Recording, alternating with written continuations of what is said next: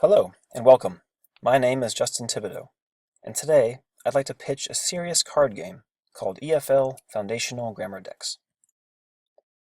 Learning a language is never easy, and no one, no matter what age, can acquire language without one crucial element: input. Comprehensible input.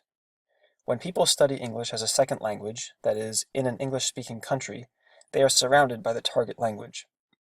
Input becomes comprehensible over time. It's not that ESL students don't make mistakes, but rather their mistakes eventually get corrected by their immersive surroundings. People studying English in their home countries, also known as English as a Foreign Language, or EFL, are at a huge disadvantage. They have much less comprehensible input in the target language, as they are surrounded by their native tongue. This often results in first language, or L1 influence.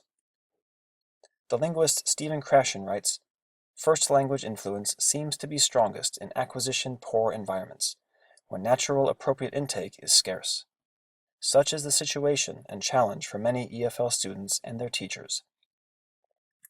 Fortunately, there is some guidance. A study by Aya Rozovskia and Dan Roth in 2010 found that EFL students' linguistic backgrounds reveals patterns of L1 influence in English syntax.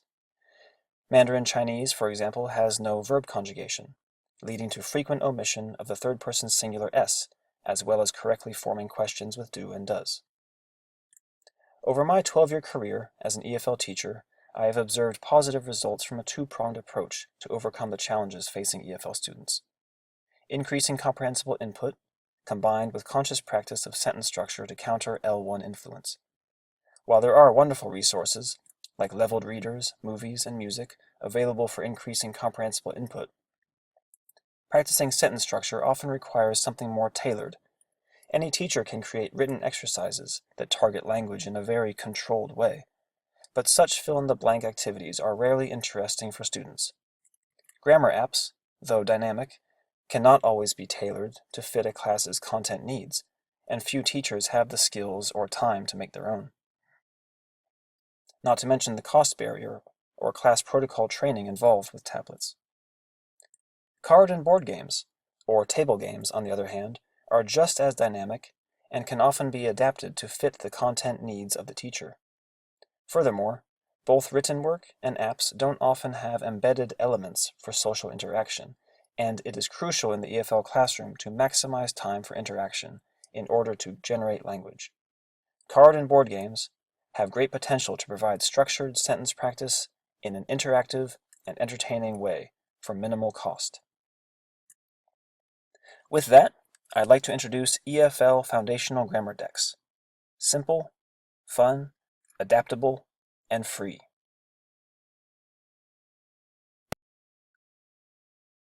These grammar decks meet the serious goals of having students actively engage with English syntax, improve their accuracy, motivate peer correction, combat Mandarin L1 influence, and build passive vocabulary. The mechanic of the game can be applied to any number of sentence patterns and grammar points, but the first prototype was designed for Taiwanese EFL students in their second year of EFL study, when they have basic reading skills but are still acquiring foundational grammar. The game is appropriate for both girls and boys from 1st through 4th grade, and probably even older. Grammar decks are designed for in-class play in small groups, but are also ideal for private lessons or self-study with friends. The first deck, of which a working prototype has already been play-tested, forms present tense statements and questions using do, does, and the third-person singular. Game elements include a deck of cards. The current prototype consists of 99 cards. Within the deck, there are 4 different categories of cards that can be played to make a sentence: subjects, verbs, auxiliary verbs, and prepositions of time. It's crucial here to mention that each category's vocabulary has been specially chosen to lighten players' cognitive load and allow for greater concentration on the target grammar pattern. Subject cards, of which there are 28, consist of 7 basic pronouns with sets of both upper and lower case, easily decodable short vowel names, and common sight words like my friend and your teacher. There are 30 verb cards. All are standard elementary level action verbs appropriate for TPR, or total physical response. meaning any verb card can be acted out, which could easily make for a spin-off game of charades. There is a mixture of transitive verbs with objects like plant trees, and intransitive verbs like run and swim. Verbs are already conjugated with the third-person singular s ending for students to recognize, and at this low level, that's more important. There are 13 auxiliary verbs, 6 do and 7 does for making questions, and it is up to the students to match appropriate subjects to each. Lastly, there are 28 prepositions of time that can be added to the end of any sentence regardless of its form or subject.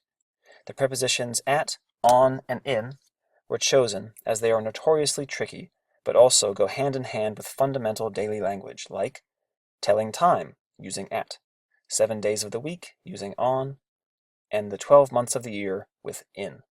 Days and months become more or less sight words, as they are frequently seen throughout students' studies, and they are used in this game with their proper preposition as passive vocabulary acquisition.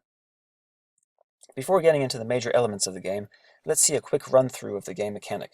For the pace of the game and maintaining a variety of playable cards, a group of 3 to 4 is ideal.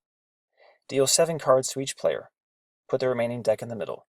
Player 1 can play any card to begin. Player 2 must play one card that builds on the cards played before in order to make a complete sentence. If you can't play, as in player 4, you must draw from the deck. The player who completes the sentence discards the sentence and plays another card to start a new sentence. The first player with 0 cards wins. As you can see from the fairly simple mechanic of these foundational grammar decks, the gameplay is intuitive. Playtesters established flow within minutes, as capitalization and other card elements determined the forms of the sentences. The gameplay is engaging. Players read aloud as they play, and odd, entertaining sentences form randomly. During the playtest, joy and positive tension were the most common emotions observed. So far, the gameplay has shown to improve understanding of the grammar points on which it focuses. It can serve as first-time practice for beginners, or be used to activate prior knowledge in advanced students. During playtesting, pre-game and post-game benchmark questions revealed a 17% performance increase. The object of the game, to get rid of one's cards, motivates peer correction.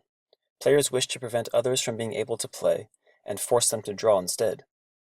Despite this, there is also a clear collective effort during the game to work together to clear sentences and maintain flow.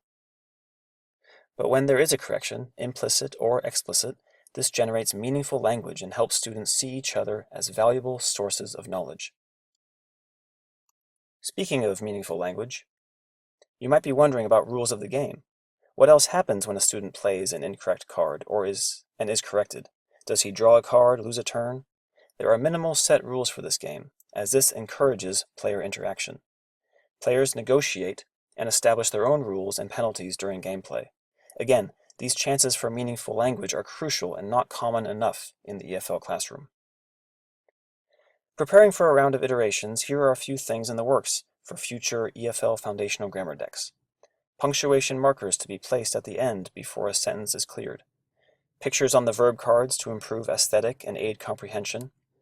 Power cards to make the game more dynamic. Leveled decks, of which the current deck would be level 2. These iterations will most likely be done within 30 days. However, there is a playable deck available for free download now. If you have 11 sheets of A4 paper, a printer, and a pair of scissors, you can play today. Or why not design your own from a blank template? Put your own experience to the test and identify what areas your students need to work on. English has become the most international language in history. Give your EFL students the strong foundation they need to access more of the world and be heard by more of the world. EFL foundational grammar decks can help. Please don't hesitate to leave a comment or question. Thank you for your time.